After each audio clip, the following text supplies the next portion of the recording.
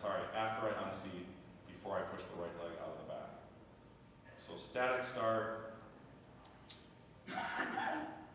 not bad for a rotator. Draw and go. Now the left foot's gonna kind of be start in the middle, just gonna pull and draw in. I say draw, anybody else say that? Draw, like, or crouch, get in that crouch start. So that draw and go. I should have broken this down in four different videos, I apologize. Draw and go.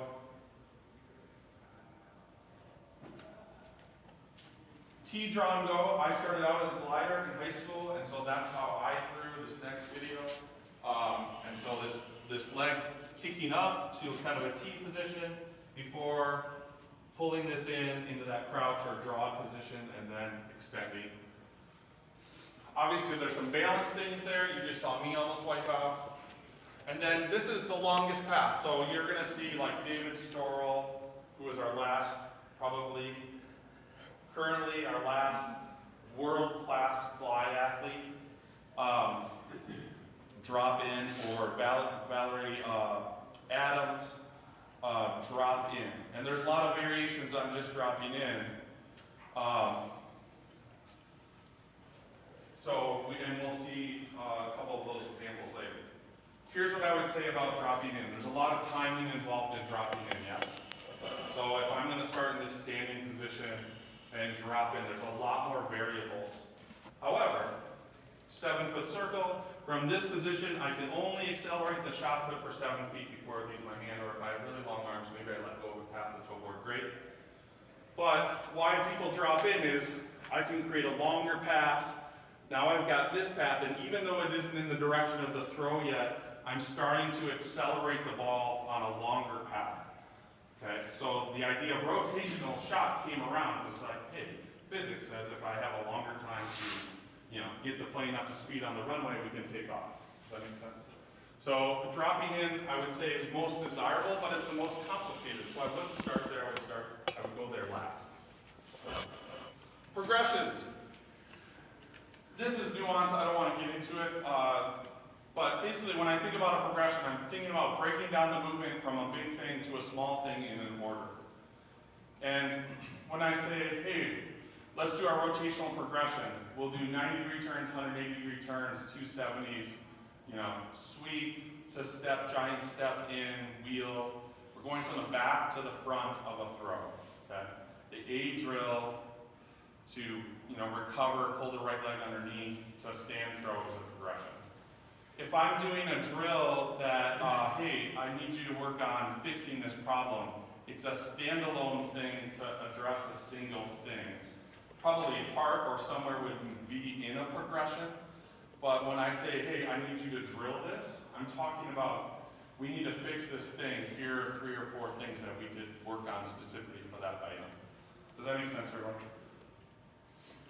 Okay, so balance drills. I don't have a video for this, but this is how I will start after we do, and I'm going from the back to the front like you did with the discus. But we teach from the front to the back in terms of skill development, right? Throwing into walls and drills of them. Balance drills. When we start the glide shot put, I want to be flat-footed on my right foot, and I want to be balanced. So I'm having kids, simulate, hey, I'm going to draw and kick. I'm going to draw and kick. I want to be able to move this foot all over the place and still feel like I can balance. If you have a kid do that, they're going to fall down, okay? Especially your freshmen. It's just their ankle stability, unless they're like ice skaters or something. We've done this where, hey, I'll have my gliders do some of those drills on one of those, like, I don't know, what are those little blue? Yeah, those blue balls that are like little half balls. Yeah. So we'll do that sometimes in the weight room. Rainy day, hey, let's go do some stability drills, especially kids who maybe are having problems kind of articulating their ankle as they kind of rock and push out of the back. We'll talk more about that later. So balance drills, and I'll have them do balance drills for where they are at, just static. Okay, hey, drop into your static. Imaginary shot put, drop in your static 10 times. Just go do that on the side. Hey, move your left leg around, can you still stay balanced? Sometimes we'll do this holding a medicine ball, PVC pipe, all sorts of things like that. Okay, unseating drill. We talked about being in the bucket yesterday. Do you guys remember that? Why do we call it that? Why do we call it the unseating of our hips when it looks like we're falling onto a chair? It looks like I'm going to seat myself. I've never understood this, but let's just go with it because that's what we. Yes, unseat, hips drop. Is that what you guys say? Okay, I was like, maybe it's Wisconsin. Unseating drill. We will do this with PVC pipes, med balls, shot puts, but this is the next step where we're just learning how to drop those hips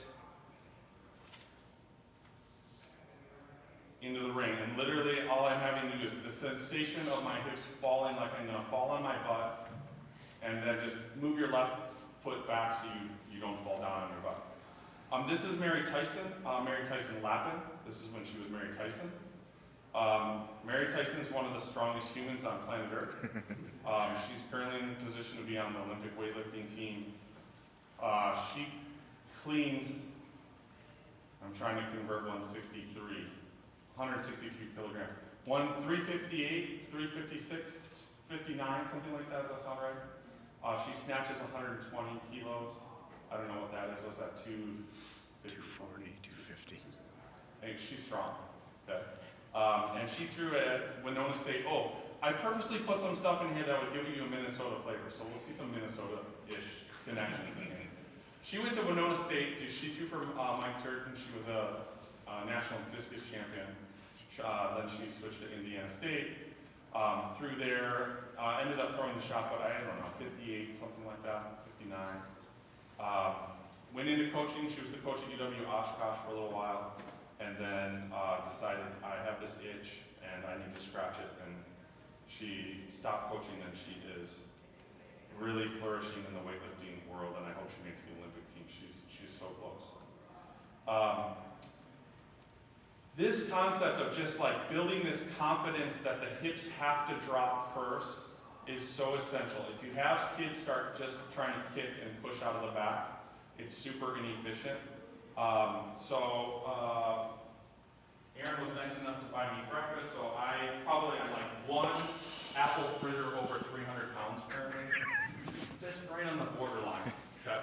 But if I'm gliding this way, and I have to, let's be honest what the glide is, right? I have to hop backwards 3.5 feet from one leg and turn my feet on the way here while not rotating my shoulders. This is not a nice task for someone who weighs one apple fritter over 300 pounds. So the concept here is I want my hips to be dropping towards the throw. I no longer have 300 pounds on this right foot. So I want the momentum of just this action to start carrying me towards the throw. Now I don't have to push all my weight backwards. Now I only have a little bit of that. And also there's like a stress reaction to the fact that we're gonna fall down. I need to yank and pull that right leg underneath me to save myself, right? Most kids, when they start, they're gonna like not unseat and they're gonna flat foot and they're gonna glide like 6 inches and then not turn the right foot and like throw some sort of hand grenade or a wall. That kind of thing, yes, you've seen that?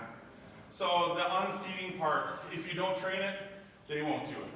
You've got to work just on that, dropping your hips so that they have a chance of being more efficient off of their power leg from the back of the ring.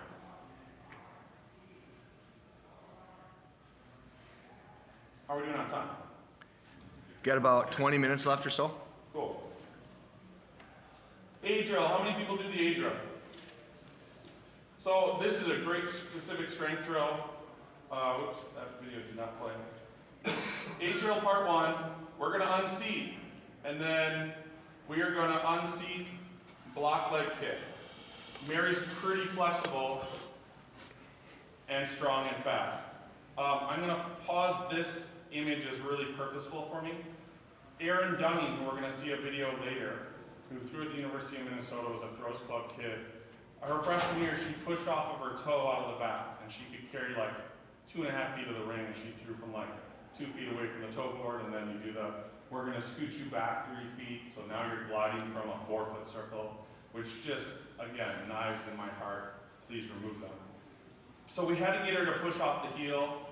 Please emphasize this A drill, people, that we're rocking from this kind of her tall start. So Mary is a drop in, and can I get rid of that still? So she's up on her toes. She's gonna rock to her heel, unseat, kick the left leg out, and we're gonna leave the back of the ring from our heel. So that position right there, I think, is really important to see. Are you with me? If you watch nearly every single proficient world-class glider, they're coming off the heel, except, anybody? Li Xiao Gong, who pushes off her toe.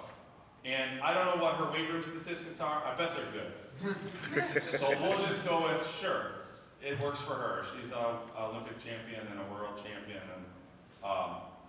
But I'm not suggestive.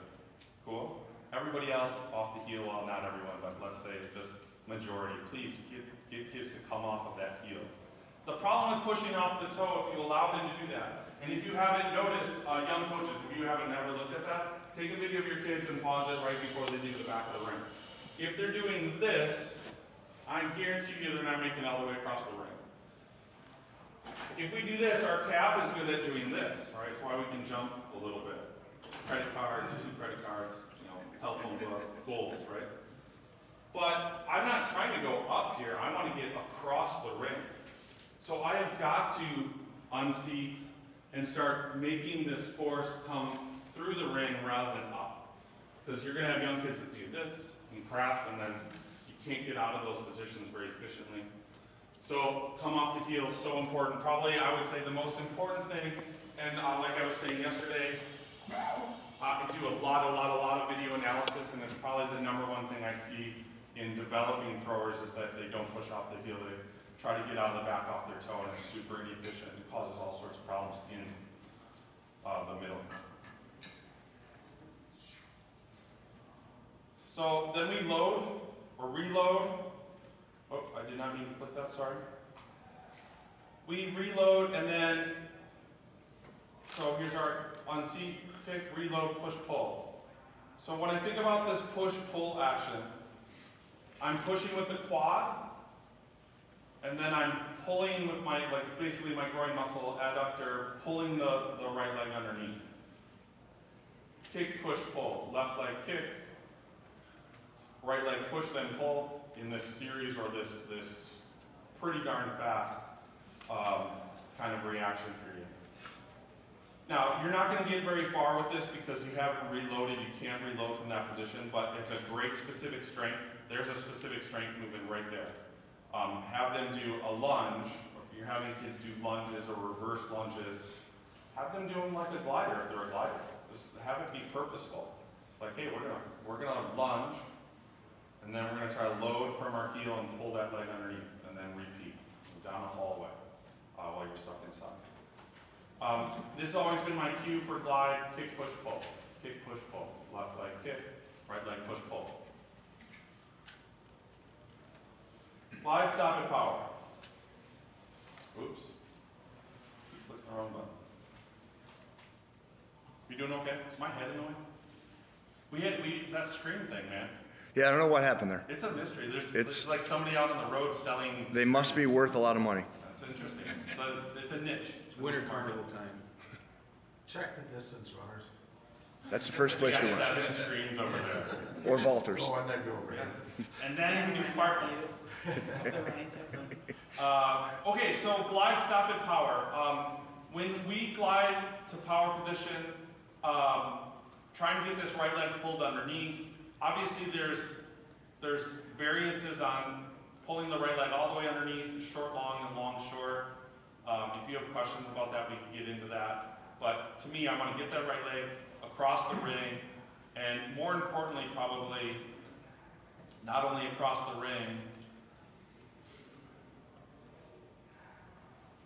but I want that right foot to be turning towards the throw and landing on the ball of the foot. So heel's not down, her weight is back behind the right foot, which is pretty sweet. I don't think her momentum's going to carry her a little bit further, but this toe, heel off the ground, shoulders square to the back of the ring, and the right toe has rotated. 90 degrees is a dream, probably not super realistic. It's probably going to land more at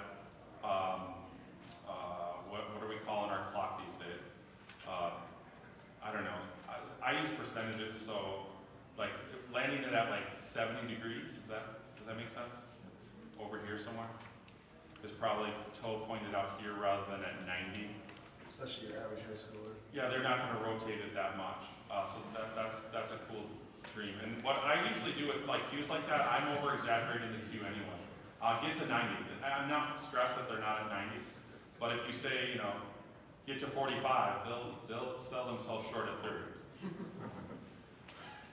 Okay, once kids are proficient at gliding to power position, I rarely ever have them stop at power position for the rest of their lives. I'm constantly worried about the right foot turning.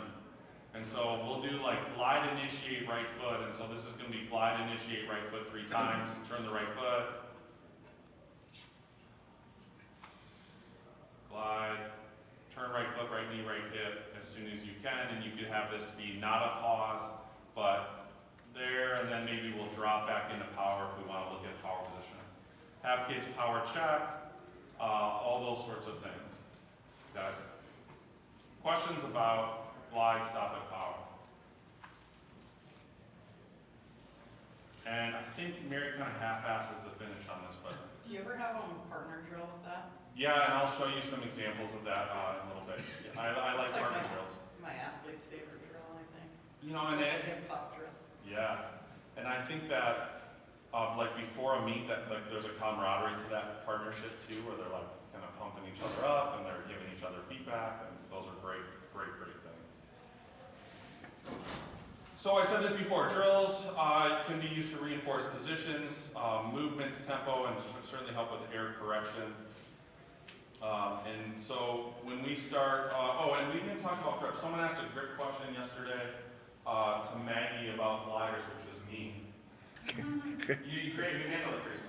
I definitely, for gliders, we're somewhere below the jaw, forward of the ear, and elbows a lot lower than your average rotator is going to have an elbow much higher, and like Maggie said, further back.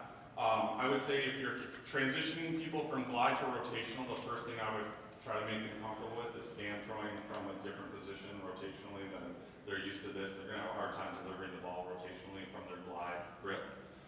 But here's the bigger deal, and this is constantly me, like when I get kids from throws club that aren't my kids, and I haven't watched them throw before. I'll just, hey, show me how you grip the shot, because I don't know how people do this with a 4K shot, where their thumb is facing forward and their wrist is rotated in this position, and the ball is on their hand, on their shoulder. Once this is like 4K, I just feel like my arm is going to tear out of my elbow. It seems so unnatural, and kids feel like that is so cool. But I want my thumbnail actually pointed down. So with girls, it's super easy. I'm like, I don't want to see your fingernail polish is something that I'll say. Because my hand is back behind the ball, even though we're in this glide position, it's ready to deliver. You know, rotators are going to be back here with the elbow up, but I don't want the ball down here or resting on the shoulder. There's got to be space in here and lock it into their neck. So I would check that and emphasize that early on. When we're doing these kneeling drills, I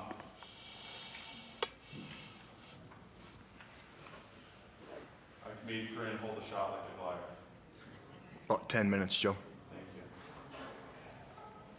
So we'll do this. This is the start of our season. There are rotators or gliders, and we're just pushing balls into the wall. I usually have like this little gardening pad. I have like 10 of them. We throw them on the floor. I just tortured Corinne with these on the floor.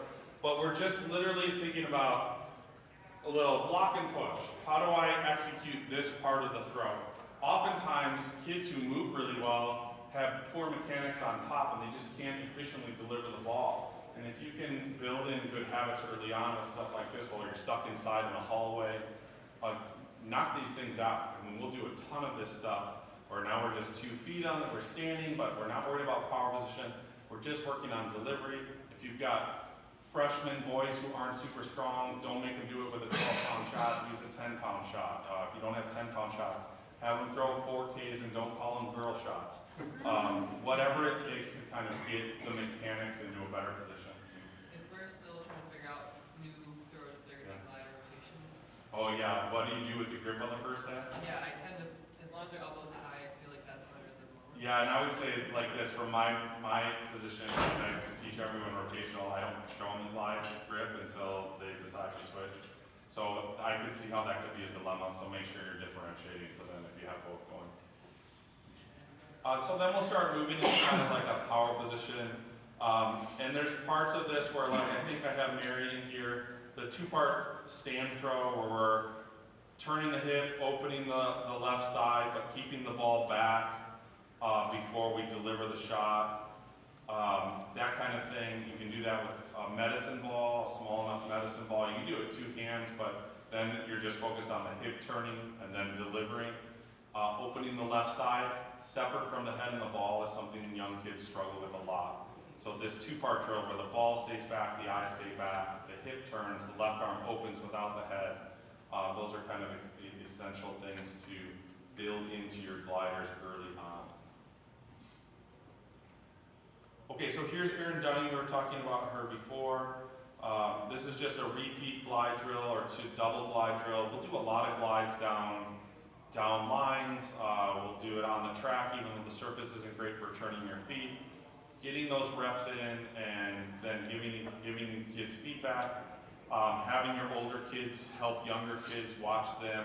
I will say this, I think older kids benefit from that too, even though they maybe feel like, oh, I got stuck with the young kids this time. Them having to communicate what they know or what they're good at or what they've heard me say reinforces it when it's their turn. And so them coaching a little bit, I think, is a great influence. This is Tess Kaiser's. Did you guys see her throw it when she was at Minnesota? Such a powerful athlete. She was a very successful 100-meter, 200-meter runner and shot put thrower. We kind of made her a discus thrower senior year. I would say her glide freshman, sophomore, and junior year was not great. She didn't spend a lot of time on it, but she certainly got better. I think she threw 49 feet in her senior year of high school, and then 56 rotationally, but she was a better weight thrower, hammer thrower. And then that's Erin Dunning also, who turned into a really proficient hammer thrower for Peter Miller. Okay, partner glide drills. So I've got 2 drills here. And again, oftentimes we'll really overemphasize a position that we're never going to be in to help this out. We're trying to keep the shoulders back and let the hips go first when we get there. And so Riyad's really exaggerating kind of this reverse C position. This is like an impossible position to be in unless someone was holding you up. But you can kind of see how much of an emphasis turning the right foot. Now, if you're a short, long glider with a big, long base, this is probably less important. You're going up more than you're trying to turn the right hip. But we could get into that nuance, and this is glide essentials and not super crazy next level. So if you have questions about short, long, short, please feel free to ask. The second part of this drill is just holding. Now we got to do the left arm correctly on its own. We're just going to hold the shot put arm back.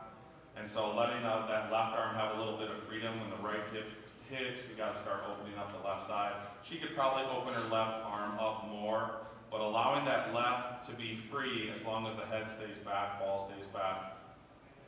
Trying to keep that ball ready and loaded to be on a long path through power position, rather than your kids are going to start shifting. The ball's going to keep getting closer and closer and closer to the toe board, and then they have very little room to accelerate the ball at the finish. Hopefully they accelerate a whole bunch, but now they're throwing it more with momentum than power. So I want to keep that ball back and let the hips lead, and then deliver the ball late.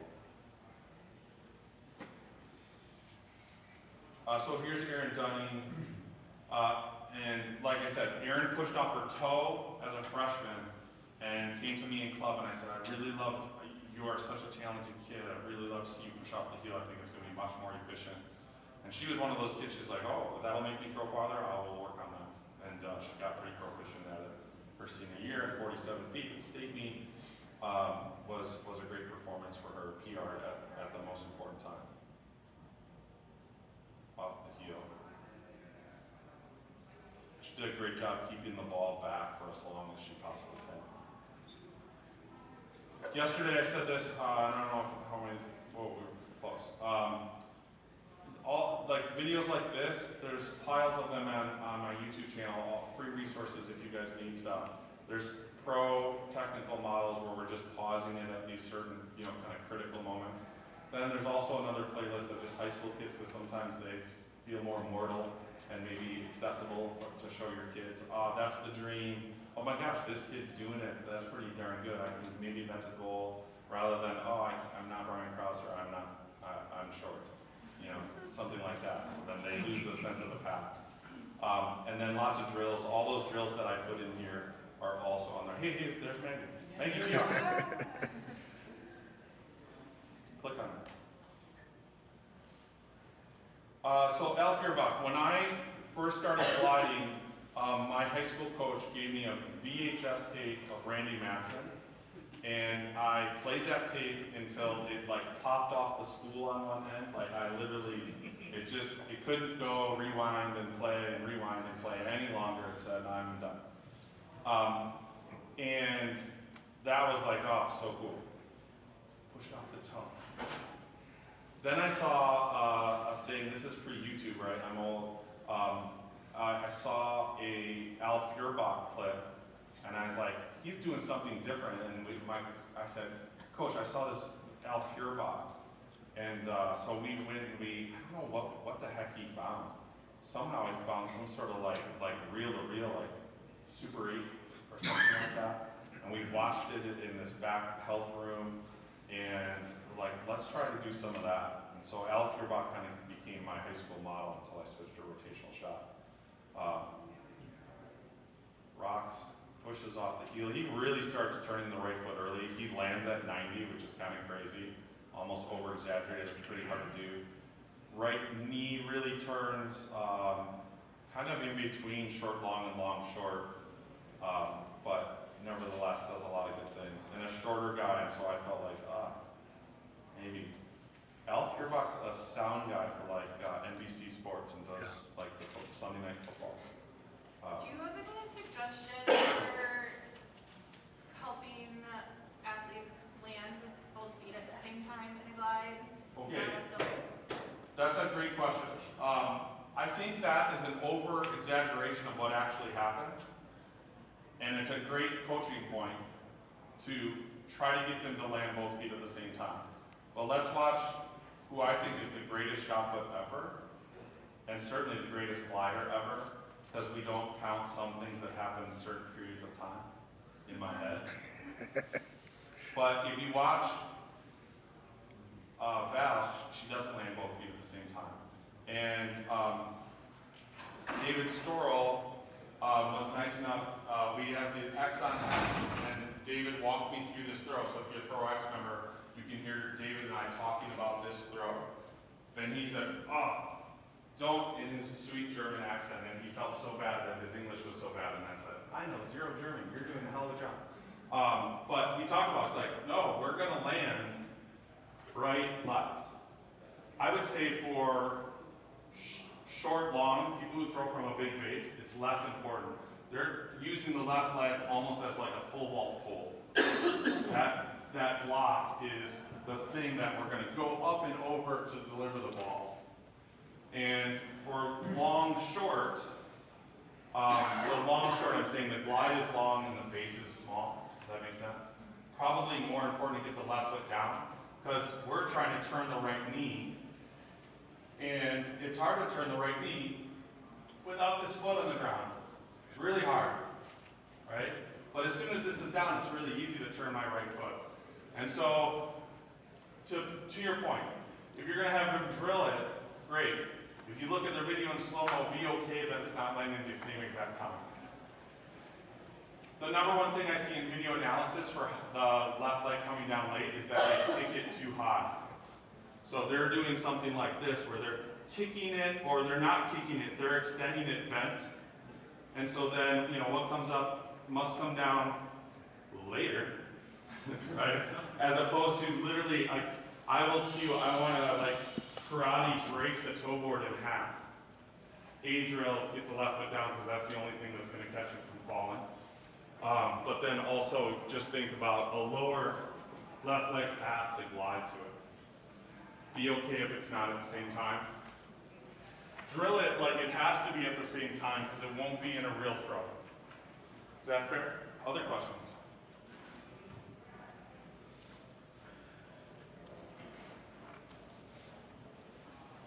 I said this yesterday in discus. Positions, tell them why and how. We spent a lot of time on this is what it's supposed to look like. Why is it supposed to look like that? Kids can have some agency and own it if they know why they're trying to get in those positions, why it's better than not the right position. Then the movement, and when I say movements, I'm moving to get to those positions. So just moving isn't good enough, but moving to get to the positions we've been emphasizing. And then speed much, much later, worry about speed later. They're gonna wanna throw fast and have poor positions and terrible movement. Speed last. Okay, we're gonna skip that, but I can send that to you if you need it. Questions? Anybody who wants those two things, you can snap those, but questions? How did I did it as a rotational coach today. Questions about glides. I've taught a lot of gliders. I used to glide way back when, and I'm hoping that that made some sense, especially like my why from a coaching standpoint. Maybe that's the bigger thing. I'm guessing a lot of you know some of these drills and positions already. If you're a beginning coach and all of that was like, you know, I couldn't get the radio channel in, it sounded like pops and buzzes to you. Come up and talk to me. Let's get you some other resources that will help you kind of walk through the path. Question? You said yesterday one of your pet peeves for discus was people who wind 11 times Yeah. before they go. When starting out in a glide, if they're going from a draw and go, do you try to go how many? One and done. One and done. The only one.